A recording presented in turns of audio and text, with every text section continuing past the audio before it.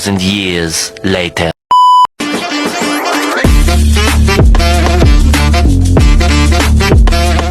Oke, terima kasih kepada Ananda yang telah bersedia datang ke ruangan Ibu. Oke, sebelum kita mulai kegiatan kita hari ini, alangkah sebaiknya kita berdoa terlebih dahulu. Berdoa dulu. Berdoa selesai. Baik, sebelumnya kan kita belum kenal nih, baiknya kita perkenalan terlebih dahulu ya. Perkenalkan Ibu Fajra Hashim, Ananda bisa manggil Ibu Fajra. Ananda?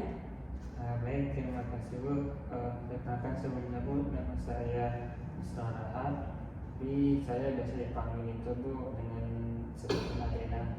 Oke, jadi nama panggilannya Adena ya? Oke, Adena. Sebelumnya apakah Adena pernah konseling? Belum pernah sama sekali Bu. Oke, bakal menjelaskan apa itu konseling. Jadi, konseling adalah dua orang yang saling berhadapan seperti saya sebagai konselor dan Ananda sebagai klien, yang dimana Ananda akan bercerita di sini mengenai masalah yang mengganggu aktivitas keseharian Ananda. Dan Ananda tidak perlu khawatir jika ada bersifat rahasia, hanya sampai di sesi ini saja atau hanya diketahui oleh Ibu dan Ananda saja, adiknya saja. Dan jika pun ada orang yang ingin mengetahuinya, itu saya akan meminta izin kepada Adikna. Baik Adikna, Ibu berharap Adikna aktif dan sukarela dalam menyampaikan masalah Adikna kepada Ibu, dan sukarela terhadap apa yang ingin Adikna ceritakan. Baik Adikna, sebelumnya apa yang akan kita bahas hari ini? Jadi saya datang ke sini Bu. Saya tidak tahu ingin bercerita mulai dari mana Bu. Saya sulit menceritakan tentang saya. Oke, berarti Adikna merasa sulit untuk mengungkapkan perasaan Adikna, ya. Ya, Kalau boleh tahu kepada siapa Adikna? Terutama kepada orang tua ibu saya sering memendam gitu ya. Oke, jadi saya tidak tahu cara untuk pandang kepada orang saya. oke, jadi Adikna merasa Adikna itu selalu memendam gitu apa yang Adikna ingin katakan gitu kepada orang tua.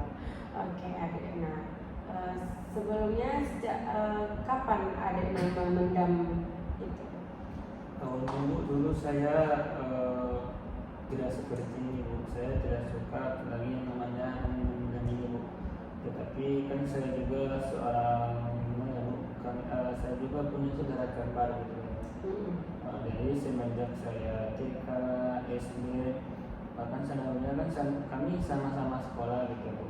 Jadi ketika masuk ketika masuk kami ya atau di SMA gitu Bu. Jadi kami bisa sekolah, dia melanjutkan ke SMK, sedangkan saya ke pesantren. Jadi disuruh karena itu Bu, mungkin karena kami bisa sekolah gitu Bu, jadi otomatis mungkin saya orang tua juga kayak terpisah juga begitu. Yang semulanya kami selalu bisa makan itu Bu, bahkan pakaian kami juga Bu selalu sama itu. Tapi setelah kami bisa sekolah, jadi semua hal yang kami temukan itu selalu dibedakan Bu. Misalnya saya ini mentang-mentang dia mungkin sekolah di kota gitu kan Bu, ketika dia minta uang untuk beli pakaian pasti dikasih itu Bu. Sedangkan saya yang pesantren kan enggak, kan pasti juga butuh pakaian ya namanya. Nyaman juga pakaian kan Bu, tetapi lebih ke agak disampingkan gitu.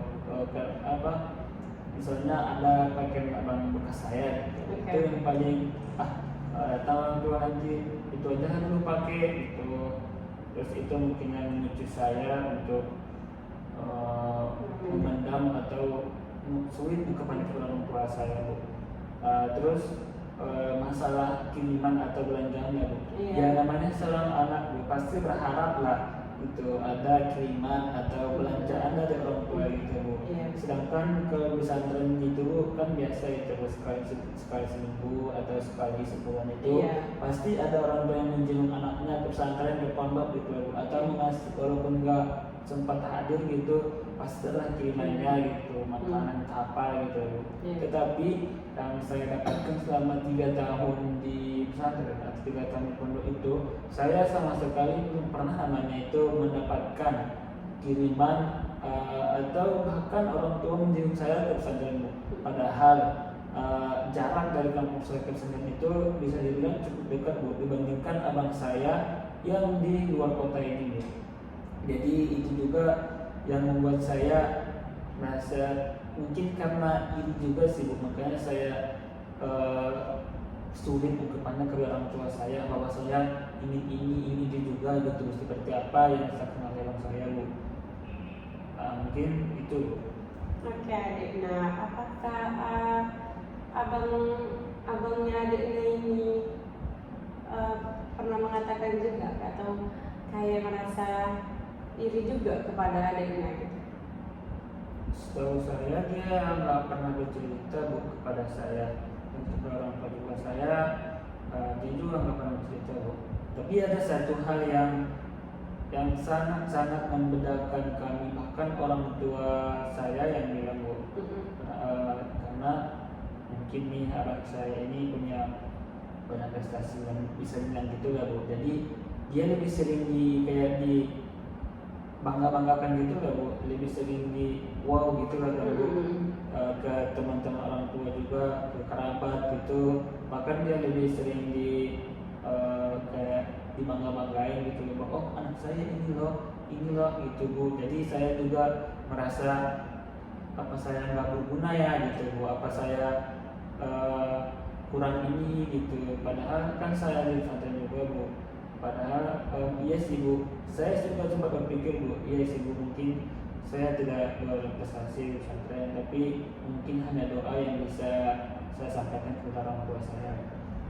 Oke adik, nah adiknya tidak perlu merasa bahwa adiknya itu sebenarnya nggak ada berguna gitu, karena sebenarnya setiap anak itu ada porsinya adik. Nah mungkin saat ini adiknya belum ditunjukin gitu sama yang di atas kalau adiknya itu punya kelebihan gitu.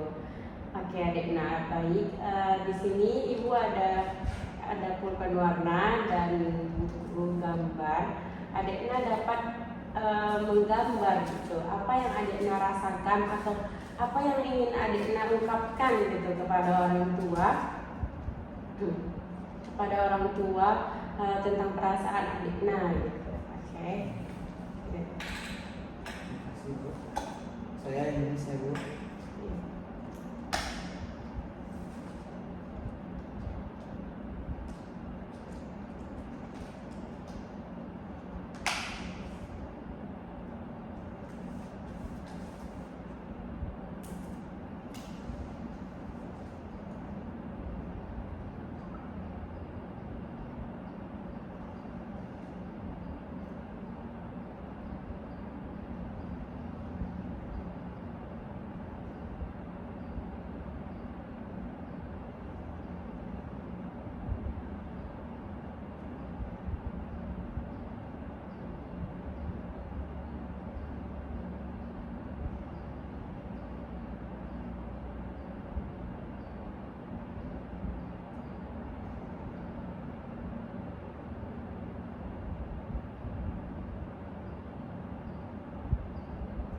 Agak lama aja Mas. Gimana?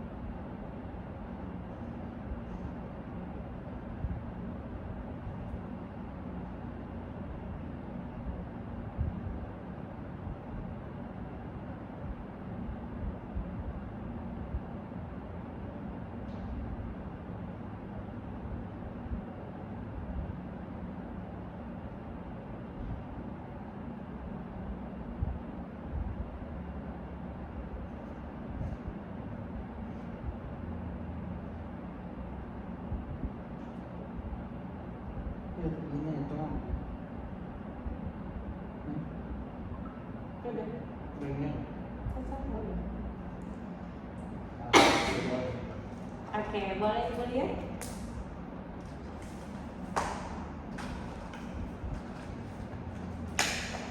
Bagus ya gambarannya, Dekna.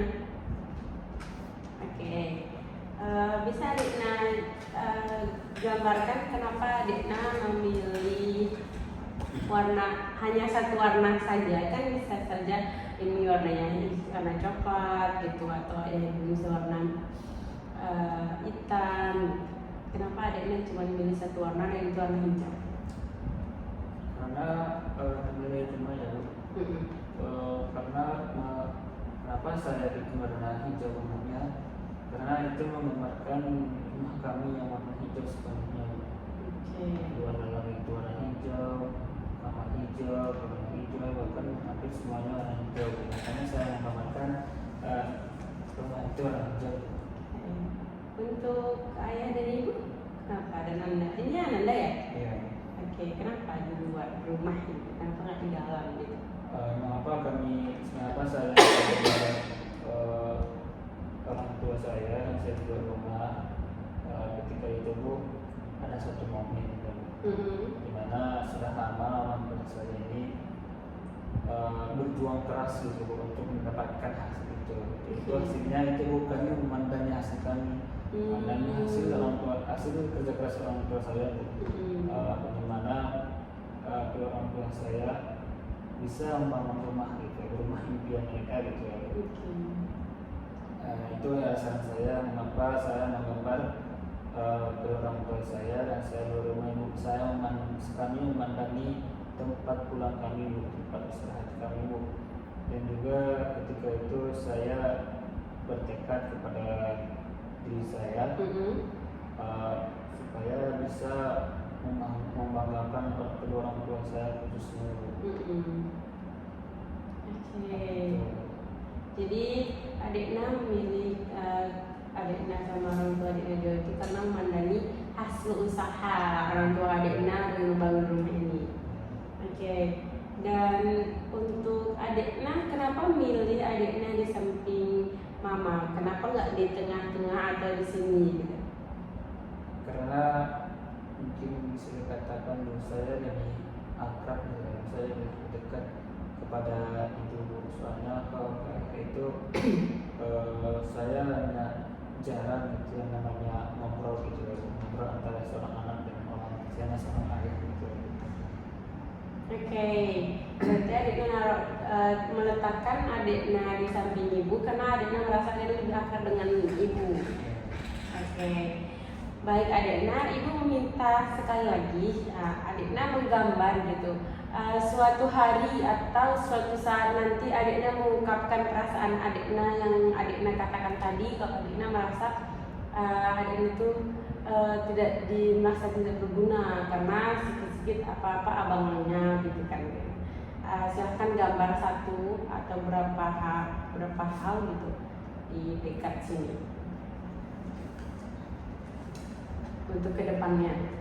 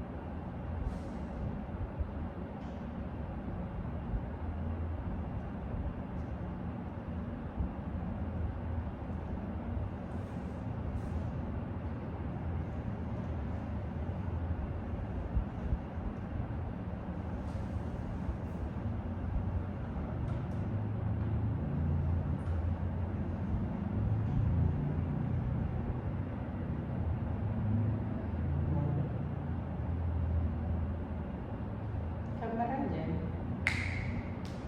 Masih ikut nanti berapa menit lagi. Kalau cerita mau panjang.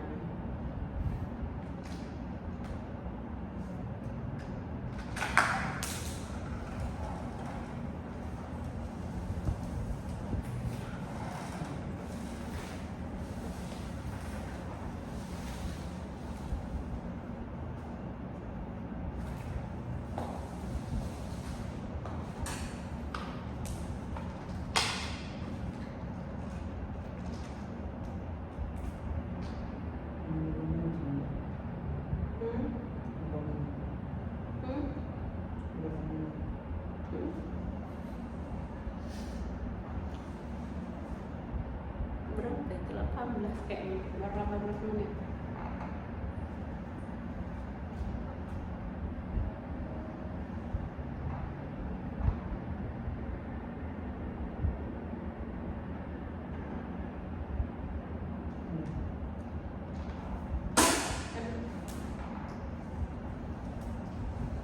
Oke, baik, ini gue lihat ya. Oke, di sini Adekna menggambar. Ini bisa mendeskripsikannya apa Adekna? Jadi saya bertekad untuk membanggakan kedua orang tua itu dengan cara saya itu wisuda atas kerja saya gitu, atas pendidikan saya itu pertama juga yang diharapkan orang tua saya kepada saya itu supaya dari itu kalau bisa ya tepat waktu gitu ya. Mungkin sebagian orang tua itu merasa bangga lah kalau ketika anaknya itu selesai sarjana gitu atau wisuda gitu. Mungkin itu salah satu pencapaian bahasa seorang orang tua itu bisa membiayai anaknya gitu sampai ke jenjang perkuliahan gitu, sampai S1 gitu loh. Mungkin karena saya bisa menyelesaikan S1 saya dengan wisuda itu Bu, mungkin terbayar lah gitu Bu, capaian orang tua kita itu Bu. Mungkin itu. Oke, jadi ini panggung gitu ya atau gambar kalau misalnya adiknya itu sudah wisuda. Iya Bu. Oke, di sini ada adiknya, ayah dan mama. Selanjutnya dengan warna. Kenapa adiknya milih warna merah? Karena menurut saya itu merah itu melambangkan kegigihan salah seorang itu, dia itu memiliki tekad yang kuat gitu untuk mencapai tujuannya gitu Bu. Dan juga warna merah ini biasa melambangkan kemenangan Bu.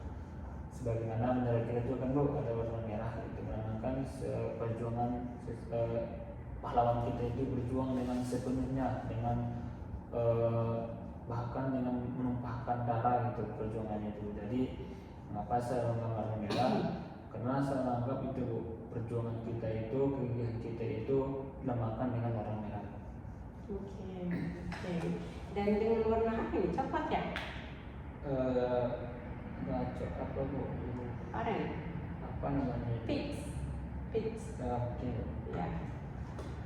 Kenapa milih warna itu? Saya saya itu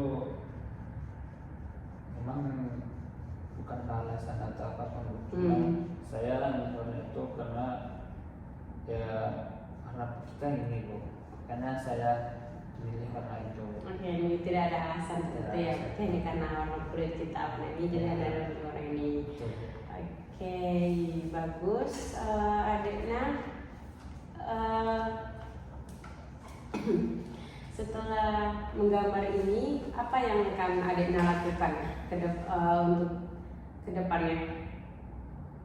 Untuk kedepannya mungkin saya akan lebih tinggi lagi, akan lebih giat lagi untuk bisa cepat menyelesaikan tugas dari orang tua saya ini Bu. Saya juga seorang mahasiswa Bu, jadi tidak ada waktu atau berleha-leha gitu untuk menyelesaikan tugas dari orang tua saya ini Bu.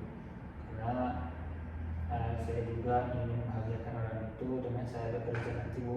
Saya tidak lagi membebani kedua orang tua saya Bu. Jadi ketika mereka sudah tua nanti, saya sudah bisa betul Bu untuk membiayai diri saya sendiri tanpa bergantung pada orang tua saya Bu. Jadi saya juga mau gitu Bu, orang tua saya itu merasakan hasil dari apa yang mereka didik selama ini Bu. Saya gitu kan. Jadi nanti semoga tercapai lah Bu gitu Bu. Semoga hayat mereka nanti saya bisa menjalani mereka Bu. Amin. Oke, untuk yang adiknya pendam sendiri tadi gitu kan, kedepannya adiknya apakah adiknya ingin memendam atau adiknya ingin berusaha mengungkapkan selama ini apa yang adiknya pendamkan ke orang tua? Untuk yang saya pendam tadi Bu, mungkin saya tidak akan memendamnya lagi. Saya juga mungkin karena sekarang ya, mungkin karena dulu itu masih pendidikan anak-anak gitu ya Bu, makanya mungkin pikiran saya masih sebatas segitu. Jadi kalau sekarang saya lebih ke mengikhlaskan gitu ya Bu. Mungkin saya berpandang kepada orang tua saya, lagi terlebih kepada ayah saya gitu kan Bu. Pendidikan ayah saya itu cuma sampai SLTA gitu ya Bu. Mungkin SMK gitu ya Bu. Bahkan cerita nenek saya gitu Bu, orang tua saya laki-laki itu bahkan sempat 2 kali pindah sekolah baru bisa lulus gitu. Mungkin saya berpandangan di situ Bu. Jadi kan orang tua saya ini pendidikan kan cuma sampai SLTA gitu. Jadi saya berpikir ini orang tua saya mungkin pendidikannya segini, jadi mungkin dia tidak tahu itu bagaimana cara untuk mendidik atau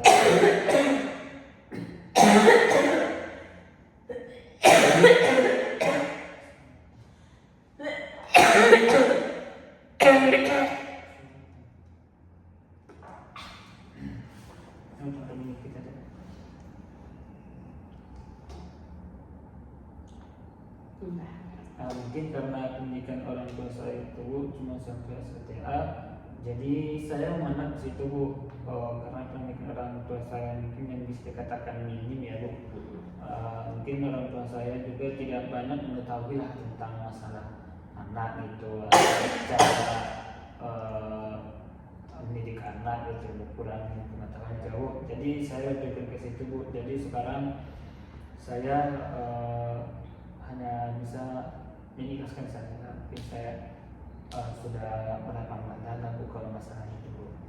Kalau untuk menceritakan ada sih, mungkin kalau untuk sekarang mungkin belum saatnya, mungkin satu hari nanti sudah berkeluarga mungkin itu.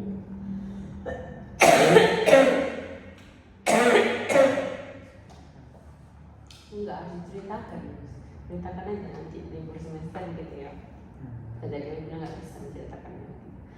Oke, tadi kan misalnya tadi kan adiknya bilang akan menceritakan gitu kan. Menceritakannya kalau bisa, kalau boleh tahu kapan adiknya?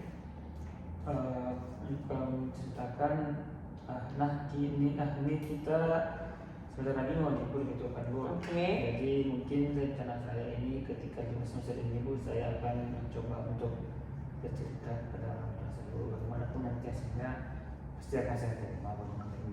Oke, bagus Adikna.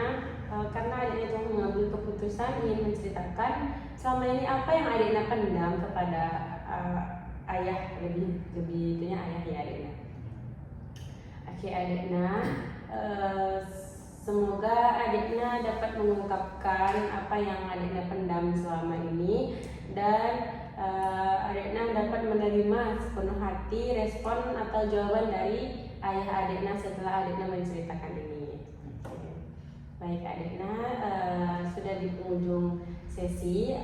Ibu berterima kasih kepada Adikna karena sudah berpartisipasi aktif dan terbuka kepada Ibu untuk menceritakan permasalahan yang Adikna rasakan. Oke Adikna, sampai untuk sesi berikutnya kita akan bertemu kapan Adikna? Mungkin minggu depan saya bisa untuk berpresentasi kembali. Kalau setelah ini setelah saya mengungkapkan itu permasalahannya. Oh, mungkin. Oke Adikna, untuk sesi selanjutnya kapan kita akan laksanakan?